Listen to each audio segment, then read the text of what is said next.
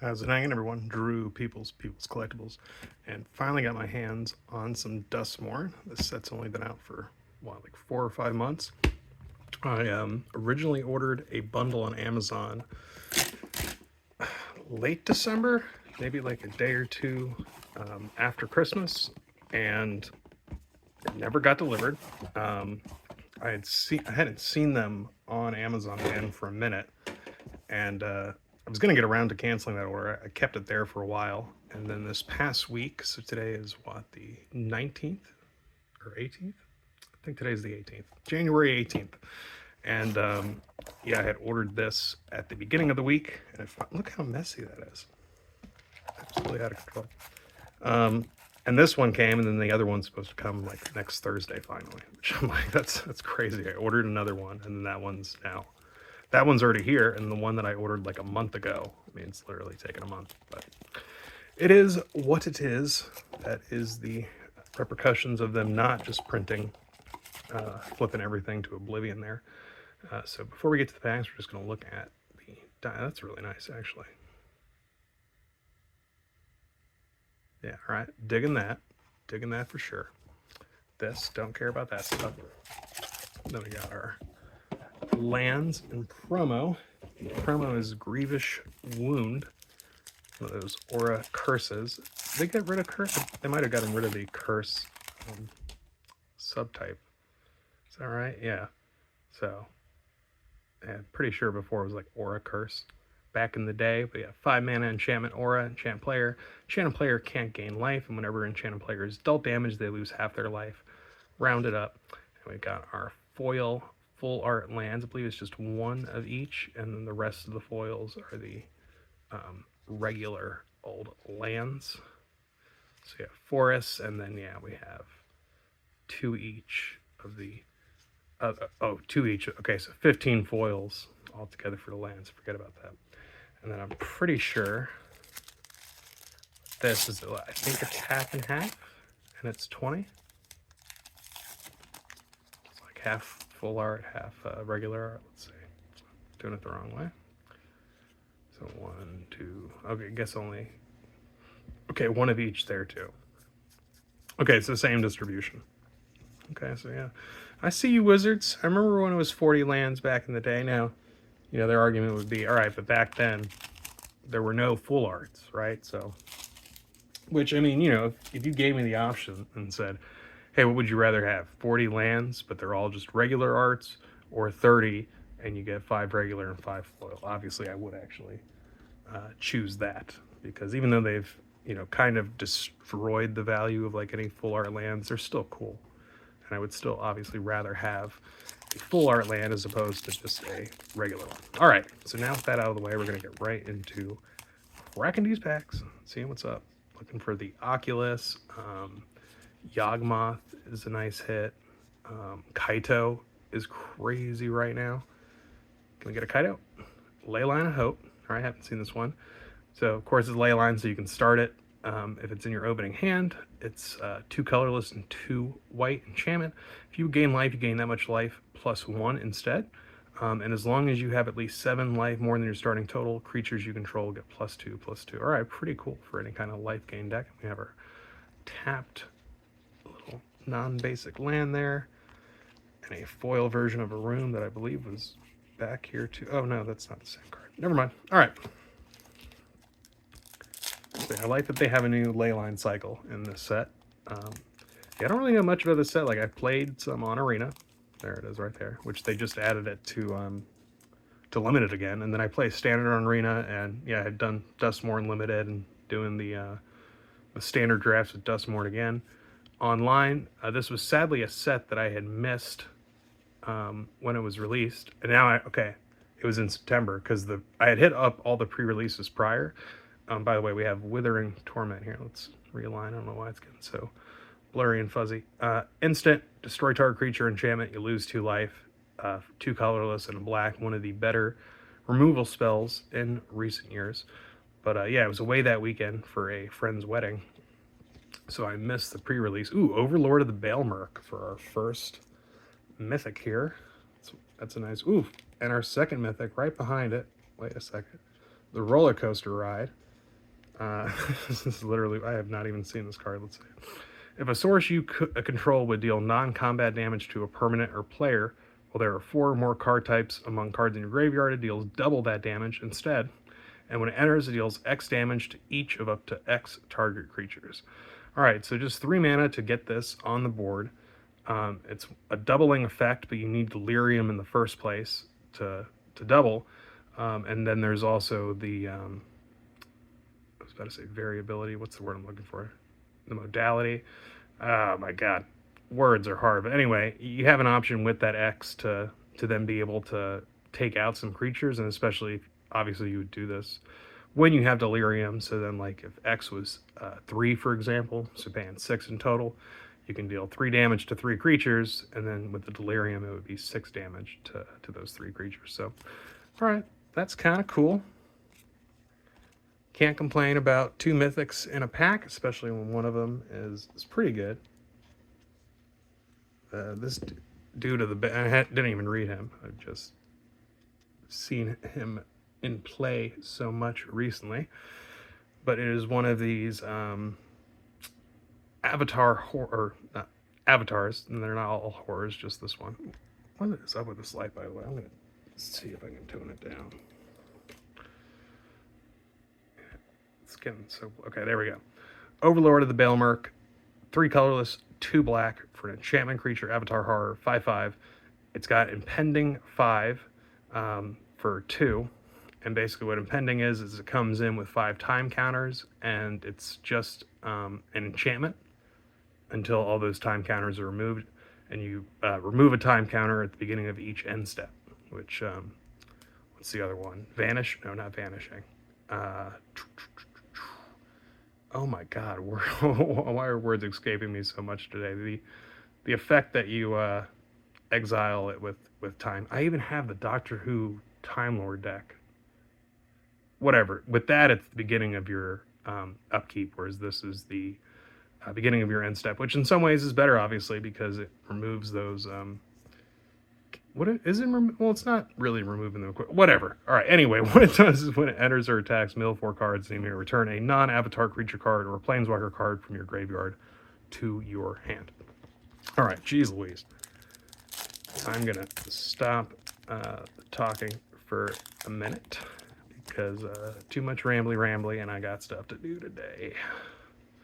And by stuff to do today, I'm actually gonna go play some Magic with friends. What? First off, yes, I know it's surprising that I have friends. Second off, I know it's surprising that I actually play this game. Unstoppable Slasher. This is a guy that I've used quite a bit in Limited. 3 mana, 2/3, Death Touch. When he deals combat damage to a player, they lose half their life, rounded up. And when he dies, if it had no counters on it, return it to the battlefield tapped under its owner's control with 2 stun counters. Ooh, Nowhere to Run foil. That has been a sweet freaking card. And standard right now, the Dimir deck that, you know, keeps bouncing your stuff back. So yeah, 2 mana flash.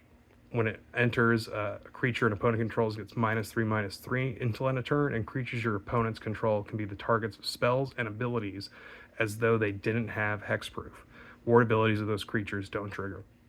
So already this card would be good for just being a 2 mana flash, give a creature -3/-3 in a deck, especially that's, you know, able to bounce stuff back to your hand. So a repeatable removal effect, but then also that additional clause of being able to target your opponent's stuff with hexproof is really, really nice. And Ward too. I mean, Ward is, you know, more common nowadays, but I don't understand. Okay, like this has been, my camera's been fine recently, and then today it's deciding to just blur up on like almost everything.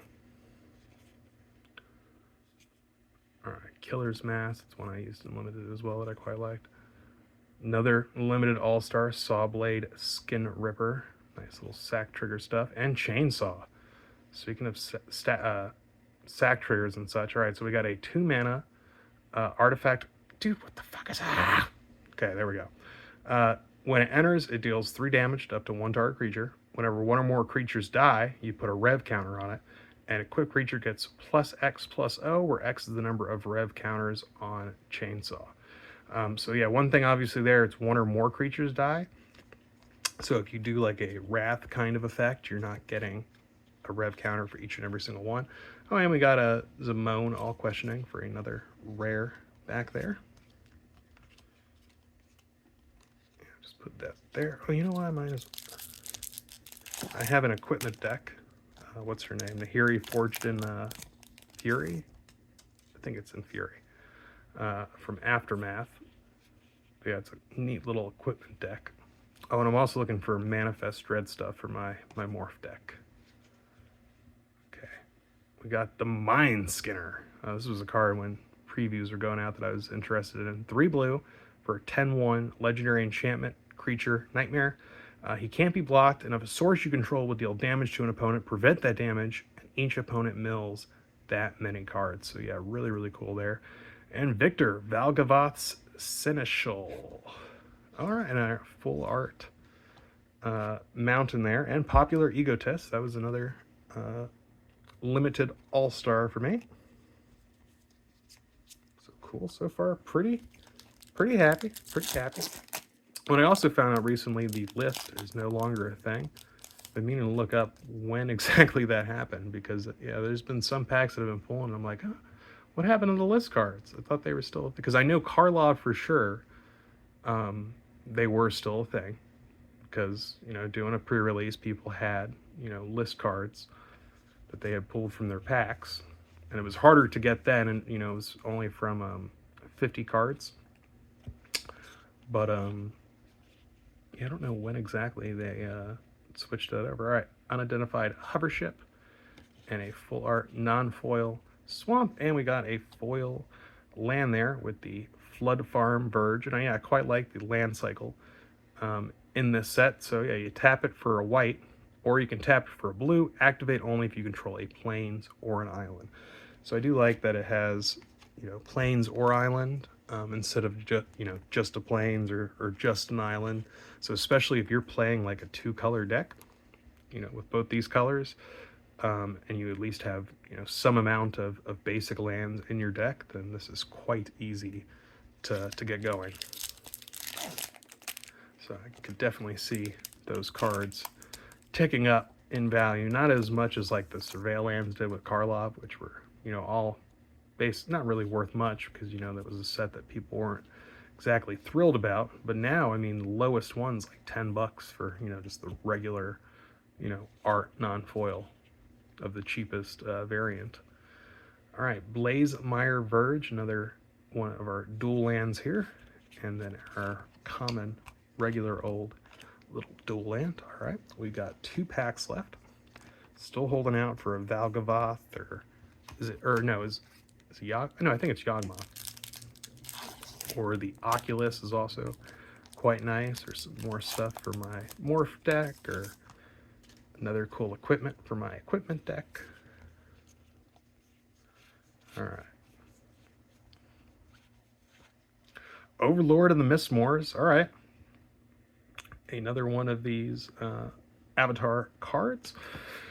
So it is 7 mana, 6/6 enchantment creature. You can impending for 4, impending for 4/4, and whenever he enters or attacks, create 2/2/1 white insect creature tokens with flying. Pretty cool. All right, so we at least got 2 of these dudes, and that brings our mythic count up to 3. All right, we got 1 left.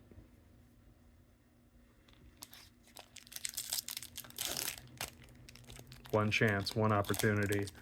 Mom spaghetti. Let's get it.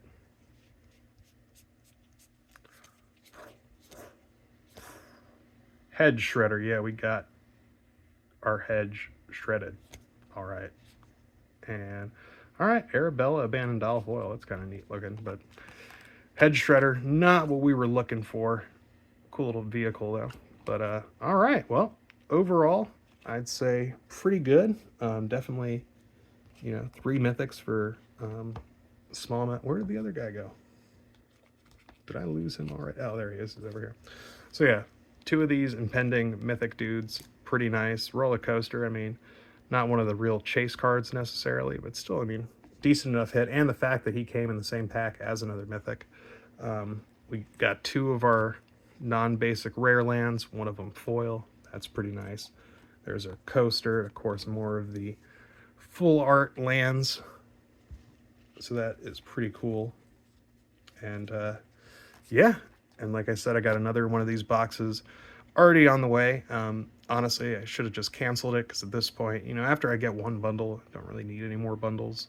I prefer getting just straight up boxes unless there's like a good deal on the bundle, or if it's a gift bundle, which I had done that a lot with Crimson Vow and Adventures in the Forgotten Realms, because I want to say like under 40 bucks for both of those, and for a while too.